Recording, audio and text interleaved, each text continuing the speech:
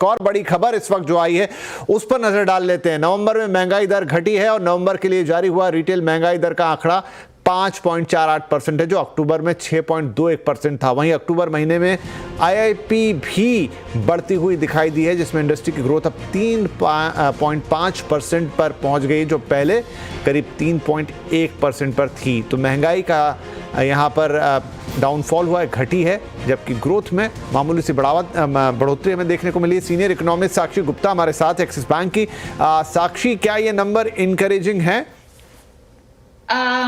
Definitely Vipin, ये numbers encouraging हैं। जो इन्फ्लेशन पे प्रिंट आया है 5.5, ये आया है क्योंकि वेजिटेबल प्राइसेस जो हैं पिछले महीने के मुकाबले में उसमें थोड़ा सॉफ्टनेस था।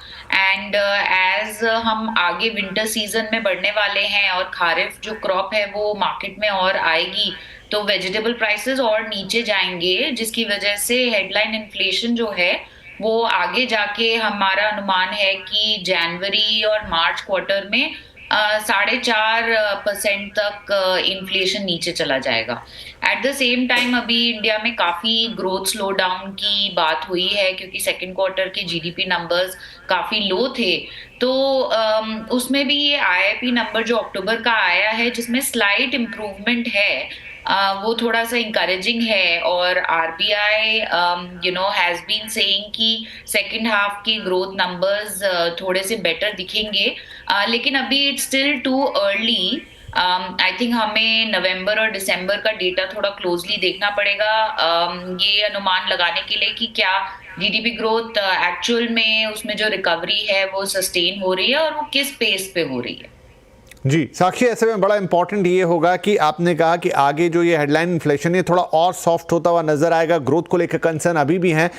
बड़ी बातें हो रही हैं इस वक्त कि नेक्स्ट क्वार्टर में अब तो आरबीआई के नए गवर्नर साहब भी आ गए, शायद कुछ अनाउंसमेंट आए दरें घटने के लिए। तो क्या ये जो नंबर्स अभी हम डिस्कस कर रहे हैं ये सपोर्ट करते हैं उस सिनेरियो के लिए?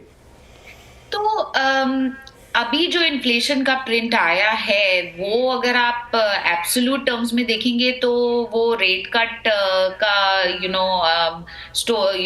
कॉन्फिडेंटली बोलना कि रेट कट होगा कि नहीं वो अभी मुश्किल है। बट जो एक्सपेक्टेशन है कि आगे जाके अगले 4-5 महीने में आप इन्फ्लेशन कंटिन्यूसली आपको सॉफ्टर होता दिखता चला जाएगा। आई थिंक अगर हम उस फॉरवर्ड लुकिंग एक्सपेक्टेशन पे फोकस करें तो आई थिंक कि फेब्रुअरी पॉलिसी में आरबीआई के पास स्पेस होगा कि वो रेट कट साइकिल को स्टार्ट कर सके।